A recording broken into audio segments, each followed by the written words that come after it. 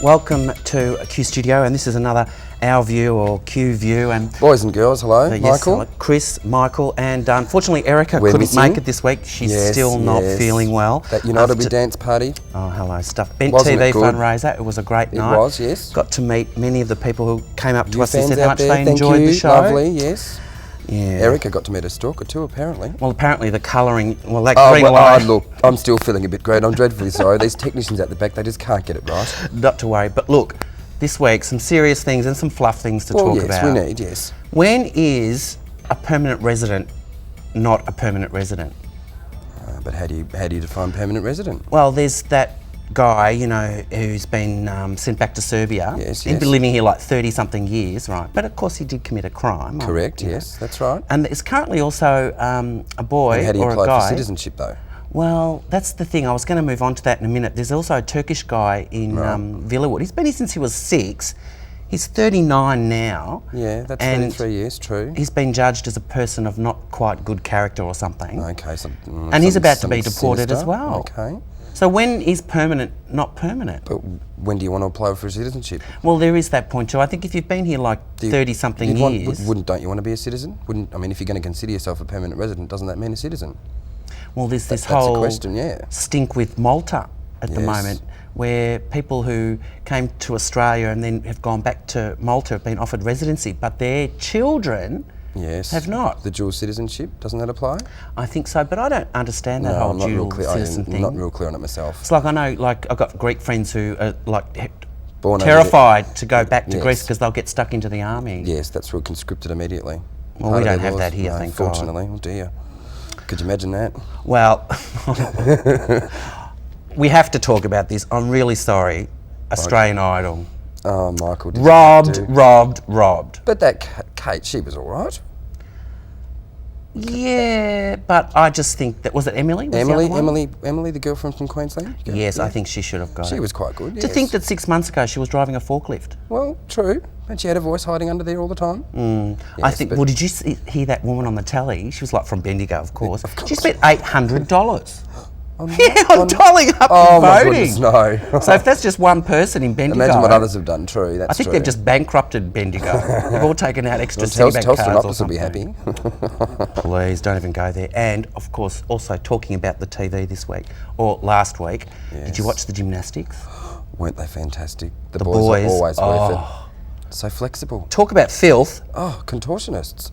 And they go down to this tiny little waist, those bastards. And those positions. Oh, please don't go there. Very flexible, Michael. And coming up, of course, is going to be our favourite thing, the Dance Sport Championships. That's it, When are they on? the ballroom. They're on the weekend of the 10th and 11th of December with the grand final on the Sunday night. And we're going to be there? We are, indeed, in person. Indeed. Floor side. Well, recently, you know, they had not Dancing with the Stars, that was on Channel 7, the one they have on the ABC. Oh, Strictly Dancing or something, I think they call it like that. And there was that male couple. Oh, okay, right. They didn't actually win. That, they got to the grand final. Oh, okay, I didn't see that. But they didn't actually win, and they'll actually be performing at the Rainbow Awards. Oh, brilliant. This year. Oh, good. Which, don't forget, if you're going to vote, you've got to really do it quite soon. Yes. Oh, talking about filth and gymnastics, Michael, obviously. Honestly. Have you seen that new calendar? That's the construction men, isn't it? Oh, it is so good. Queensland Builders Labourers Federation or something. It's all sales are going to charity, isn't it? I think it's prostate cancer or something that was like right. that. Yeah, that was the subject. That's true. Filth on a stick. And the boys are nice too. Oh, please. So we'll have one up in our toilet. Well, actually, I'll let you know. What was the website? It was www.lewismedia.com.au. That's LEWIS. You should check it out. I will be. But also, on a lighter side, did you hear about this, the wife swap show in the US? Oh yes, backfired badly. He's being sued. They're being sued by one of the husbands that was in the show. The premise of the show is, of course, that two distinctly different families, the wife swaps and goes to the other, and correct, so they're, you know, it could be a black and white family, could be poor, rich. Gay element here somewhere. Exactly. Yes, I they believe. sent a gay guy to this one family as part of the swap. And of course the husband was unaware. Well, he got pissed off because the guy kept, moving the furniture around. as we would, yes. and made him go to the gym as well. As a wife would. But do you know what happened at the other end, where, of course, the wife went to stay with his male partner back in wherever, it was probably New York or something. San Fran, yes. And all they did was sit around and watch Barbra Streisand videos or something. She would have had a lush time. 2 or 3 days. Glass of wine, pate. Well, the actual, I think it's the ABC in America. They've actually said that in the contract, if they'd read the fine print, it did specify male or female. That's right. But I don't think he was quite expecting male, no. of a male, gay male. Well, nonetheless. Anyway, only in America. Exactly. Have you all heard about the beer goggle effect? Oh, Michael. Come on, you must know about the beer goggle effect. We've all worn them in our time. Exactly. Well, you know how they say you can turn a straight man, or the difference between straight and gay is about half a dozen beers. Well, the beer goggle effect, they've actually done, scientists at Manchester University have actually been able to explain and quantify. Yes, they've actually got... Broken it down to a number. Yeah, scores, and you can tell, exactly. But what they're saying is, though, it's not solely dependent on the amount of alcohol you drink. It depends on the lighting in the room. Environment, atmosphere. How much smoke there was in the room, and how good your actual vision was when you started your eyes out. become blurry, yes. Well, exactly, but... And do glasses assist? Well, it said 68% of respondents had woken up the next morning regretting just giving their number out to someone because they realised the next day... That's rather a high percentage. They really weren't attracted to them. Well, I watched this other thing on the Lifestyle Channel recently, and it was like a British lacrosse team. They were going across to Spain for, some sort of competition, but the Brits, being the Brits, went out one night and got absolutely maggoted. Yes. Well, before they went out, they showed them photos of, say, a dozen girls. I remember this, yes, and they said, who would you shag, basically. Yes. And out of the 12, they picked, say, 3. 3, that's right. Yeah, then they got them again at like 2 o'clock in the morning. That's right. And I think they picked like 10 out of the 12. And I'm sure they weren't all pretty. No, not at all. No, not good. Well, we're done. Well, thanks for having us again. Erica, wherever you are, she's probably still on her way to the studio. Erica got to meet her stalker. She did, that's right. At the United We Dads, and the stalker got lucky because Erica had a few, and I think she copped a feel somehow. But she saw the back of his head. She hasn't seen his face yet. That's Kris. I'm Michael. You've been watching Q Studio, our view on Q Studio, and stay tuned. Well, we'll be back. Yeah, again.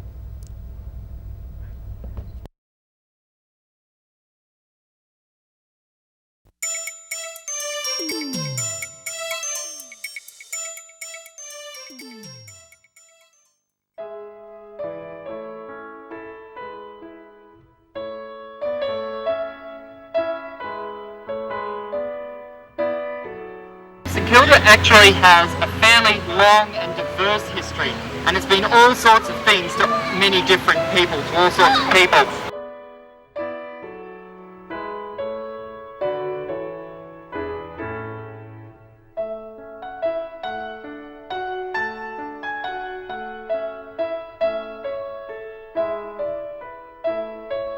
We're standing opposite the St Kilda Galleon Cafe, just over there.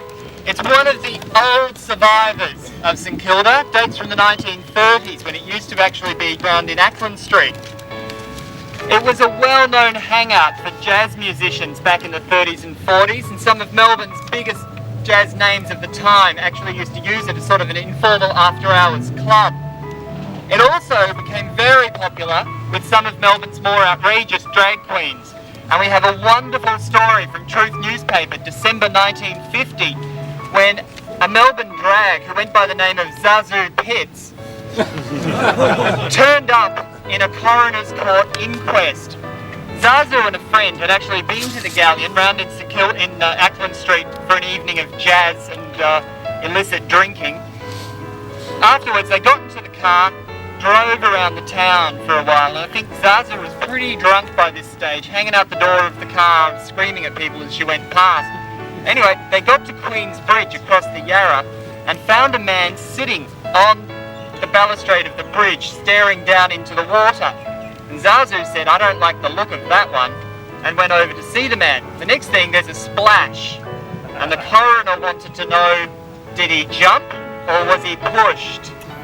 Of course, Zazu eventually was cleared of all involvement in the case, but drag queens being what they are, the story soon got round Melbourne that Zazu said when she was asked to identify the body, "Oh yes, I pushed someone, but it wasn't that body." I just want to actually make a quick mention here, while we're on the corner of Ackland Street and Grove Street, about the role of flats in the development of gay and lesbian St Kilda. Now, this is a good corner because you actually get buildings from various stages of St Kilda's development. Across the road here, we have one of the big mansions from the 1880s when St Kilda was a fairly upmarket suburb to live in. Across the way is actually another of the big old mansions of the 1880s, but it was divided into flats in the 1920s and got a makeover at that stage, but it is actually a much older building. And then in the 1950s, in the 1960s, flat building in St Kilda outstripped private house building by about 10 to 1, and you get the classic St Kilda six-pack, like the one behind me. These were all privately built, often on quite small blocks of land, and St Kilda and East St Kilda is absolutely full of them. Now, the beauty of flats in St Kilda is that they provided a great degree of anonymity, that's my pronunciation anyway and I'm sticking to it, for single people who wanted to live on their own and conduct their own social life and sex life without their families prying into what they're getting up to, and also often in boarding houses, which were the other places that single unmarried people had lived in. The landlady often acted as a sort of de facto parent anyway. She was always wondering who was in your room as well. So a flat, whether it be purpose-built or in an old house divided into a flat, allowed you that privacy that you could actually conduct your own lifestyle. And St Kilda, being the epicentre of flat building in Melbourne very early on, became one of the gay epicentres of Melbourne as well. And there's a wonderful article from 1921 in Truth newspaper that says Melbourne is in the grip of, and I'll quote, "Melbourne is in the grip of curious creatures, painted and powdered effeminates, and asserts that Melbourne's flatland is infested with these pests." Truth used to have, every couple of years, this sort of moral panic about something. If it wasn't cocaine use or homosexuals, it was impure milk or something like that being sold in grocery stores. They'd always panic something. And 1921 was the big year of Melbourne's flats are dodgy places. So here we are, St Kilda, epicentre of flat life, epicentre of gay life in the 1920s.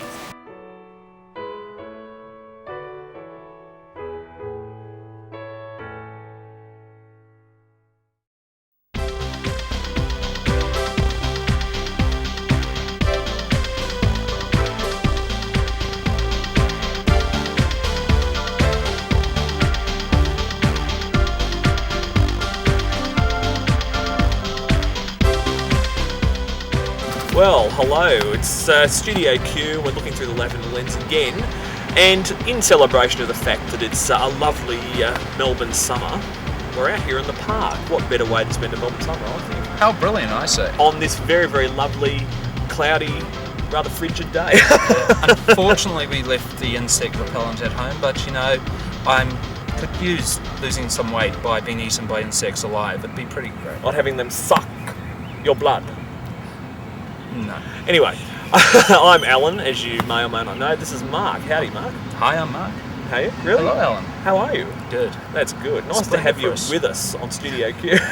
No worries. Behave yourself, mister. And we're talking telly.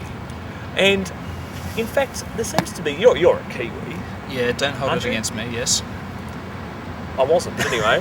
There seems to be a bit of a plethora, I have noticed, well, one show, of Kiwi television coming on our airwaves. I understand completely. Do you? No. I wish I did. Can you explain it to me? Yes, well, you see, there's a large diversifying population in Melbourne, a lot of Kiwis coming over. I have noticed. Yes, and so the shows are starting to reflect the population. Unfortunately, not enough anime, but a few, Kiwi shows coming along, such as 7 Periods as Mr Gormsby. 7 Periods with Mr Gormsby. Channel 2 on Wednesday nights. And I did. ABC. ABC. Are we allowed to say that? Well, you don't have any clue on that in New Zealand. All the television's crass and commercial, isn't it? More or less. And we get all your stuff commercial free and for free. Do you still have a licence fee over there? A what? Right. No, 7 Periods Mr Gormsby, I quite liked it. And I don't know, it's lowbrow, it's crass, but it is having a good old go at political correctness, which is infiltrating our lives in every aspect, isn't it? Well, it is. The Kiwis are bringing into shop PC as a negative quite often in their television programs because we've yet to develop a sense of humour of our own. Gormsby might be a confirmed bachelor, but he is not a homosexual. Like Mr Morton, your commerce teacher. You didn't know that, did you, boys? Mr Morton doesn't know you know either. But there's nothing wrong with being a homosexual these days. Oscar Wilde, Alexander the Great, Peter Tchaikovsky, some of the world's greatest writers, political leaders, and commerce teachers have been damp-eyed Nancy boys. Now, I want you to write 100 times. Mr. Morton takes it up the arse, and there's nothing wrong with that. Commence. You've got Gormsby using homosexuality as a threat. And buggering. And indeed buggering as a threat. I think we've got a fan over there. But actually turning out to view it in a positive way. You know what I mean? Because... No, but go on. Go with me here. Okay. If you saw at the show last week, he was sort of saying, oh, you know, whoever did that on... Because I had the picture of him on the board, you know, whatever. Mr Gormsby takes it up the arse. Whoever did this, I'm going to bleep. I'm going to fuck. Let's face it, we're on 11 PM, I can say that. We're going to fuck. Oh, so we don't need to use expletives. Oh, fuck it. I'll go to fuck. So he uses that as the threat, you know, it's always the ultimate threat to the male psyche, isn't it? But ultimately he turns out to be gay supportive. Yeah, very much so. And a very unconventional sort of old man. Yeah. Like he says, I'm not really homosexual, not like Mr Morton, the whatever teacher it was. And then he turns out to say, there's nothing wrong with that. Yes, which is good. And I actually thought that's quite reaffirming and positive. I didn't expect that. Came out of the blue. It did. In fact, if he bugged you, it definitely would be coming out of the blue from what he said was going to happen. But it's good. What's coming up? Yeah. What's coming up later is going to be interesting because you've got, in this episode alone, you've got the buggering, you've got your bestiality references, you've got your... there was a picture of someone blowing a bull. That's all knocking down all sorts of sacred cows, isn't it? It is very, very sacred cows. And that's one part of sexuality that I guess I've never been to, and I support you if you're out there and do that. You've got to be empathic and understanding, but on that argument, I always take the position of the animal. I mean, not literally, but I always sort of say, sorry, I just bagged on you as well. A bit animalistic, wasn't it? So is comedy we don't see much New Zealand television. Is comedy, like, do they make much comedy in New Zealand? It's interesting that you've said that, because there are a few shows emerging. New Zealand's always had a very good comedy go. Mm-hmm. The humour's absolutely terrible. I used to watch Shortland Street. Yeah, it was pretty funny. Yeah. But comedies such as Gormsby, there's Brotown, which is always brilliant. And I believe Brotown is starting here. Is that right? That's right. Apparently it's going on Foxtel. They're going to be playing it after The Simpsons, so they're looking for a large audience in regards to it. And Brotown's another this plethora of animated comedy that's coming out, isn't it? Yes, which is really surprising because we only own like 3 computers amongst all New Zealand anyway, but all of them by Peter Jackson, of course. But so it's school comedies really. You've got Brotown, you've got Gormsby coming up. Both of them hellishly politically incorrect. Yeah. Now I don't like it, but most New Zealand comedies, first 2 or 3 episodes are absolutely crap because they're trying to find their feet. There's a cultural cringeness. New Zealanders hate seeing New Zealanders on TV. Is that still? Because I think Australians still have an aspect of that too. I mean, I think it's getting better, but it is still, particularly in drama. Why aren't our dramas working here in Australia? If they employed cricket players in the dramas, Australians would enjoy that kind of concept a lot much more, I think. Yeah.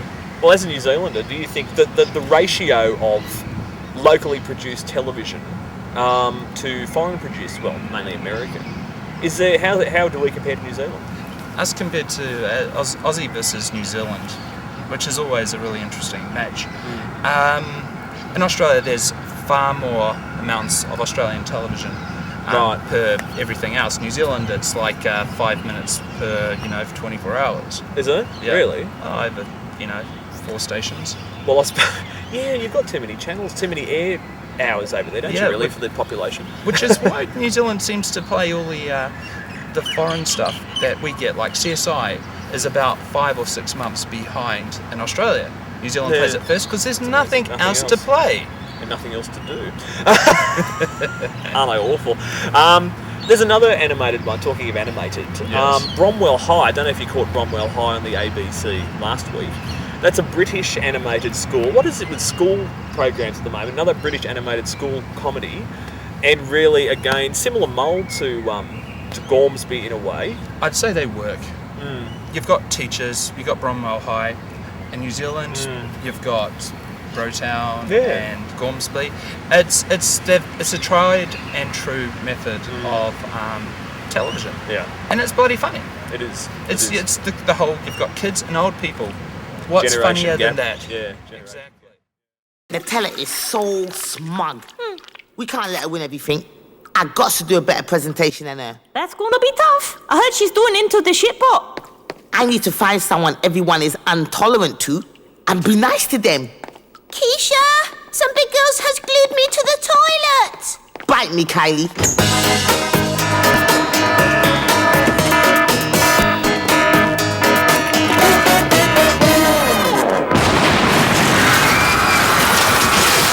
Look, the flats fell down. Like mine that time. An unfortunate twist to our plan. I predict massive loss of life. We had to explode them, Mr. Bibb. You and your explosions, you're incorrigible. They didn't have no planning permission. And of course, Headmaster, they were made out of pretend bricks. Iqbal ain't no brick expert, that's a fact. Bloody open university. So, what about the people living in them? Some is dead in the rubble, some is at work. And of course, those who work from home will be both. Aha! At least we still got a big suitcase full of cash. Some good has come out of tragedy. I have some experience of corporate manslaughter, Headmaster, and I suspect we'll have to give that money to the relatives of the dead. And probably a good deal more, due to what lawyers might call your massive and absolute incompetence. Screw this country that knocks success. On other news, queer, Yes. Brotown is very highly queer themed. Is it? It is. Not only do they have New Zealand references to... That's a bit queer. Yeah. Oh, it's very much so. Off the subject, but... Where were you? I have no idea, I'm lost. Anyway, Brotown has got several main queer characters, such as a school principal who's a Fafafine. Well, oh, really? Yes. And that's to explain to our viewers, that's actually like Samoan or Maori transgender, isn't it, in a way? Very much so. Yeah. It's they have a whole culture of dressing up as women. It's acceptable, and while in New Zealand, it's not surprising really. And you've got your closeted school students who go after the rugby players, and it's very, very hilarious. Those All Blacks. Those All Blacks. Can't believe he just ripped up her application form just like that. That took me 2 weeks to fill out. How are we gonna get on TV now? We'll have to become criminals all. Well, if it isn't Dumbass and the Dumbasses. Yeah, Dumbass is excellent, excellent. Word on the street is that you guys are too thick to even represent our dumb school. Just piss off! I bet you're too dumb to even cross the road without getting hit by a bus. Not even? I'll show you! What? That's hilarious! Incredible, Mr. Papello. It seems the accident has made your son a genius. If you'll excuse me, I have to go to my other job. Need a cab? I'm outside. Valère, did Doc just say you're a genius now? Does that mean you're a homo, Al? Before I would have said yes, but now I think homosexuality isn't a mental illness or dysfunction, but more a normal variation on the human sexuality theme. Wow. If he's a genius, then I'm the Incredible Hulk. Rah, rah. Oh, I'm not going green. He must be a genius. Now what? So there's a Maori culture. It's quite accepting, isn't it, of gender Maori difference? culture, probably not so much as the Samoan and the Tokelauan and the, I don't know, Chinese communities in New Zealand. Okay. Yep. Okay. As it's based in Auckland, the largest Pacific Island city in the world. Yeah. It's very accepting. But isn't most of their lack of acceptance from Christian missionary type influence, as with many of these places? That's a fantastic question. Yeah. I'll ask a couple of Christians and find out. You do that. You take them to task on it, if you will. So watch out for Brotown. What channel is it coming up on the Foxtel? Absolutely no idea, but it's... I'll tell you what, I'll find out and put it up on screen for you. Fantastic. Okay. And, of course, Teachers, the other British quirky comedy, Donkeys in the Playground, all sorts of things like that. Thursday nights on the ABC at 9:30, and Wednesday nights you've got some fantastic stuff. Mr Gormsby at 10, and at 9:30 you've got Bromwell High. And, oh God, you've got to see that to believe it. Anyway, thanks for joining me today. No worries, I didn't know you were coming apart.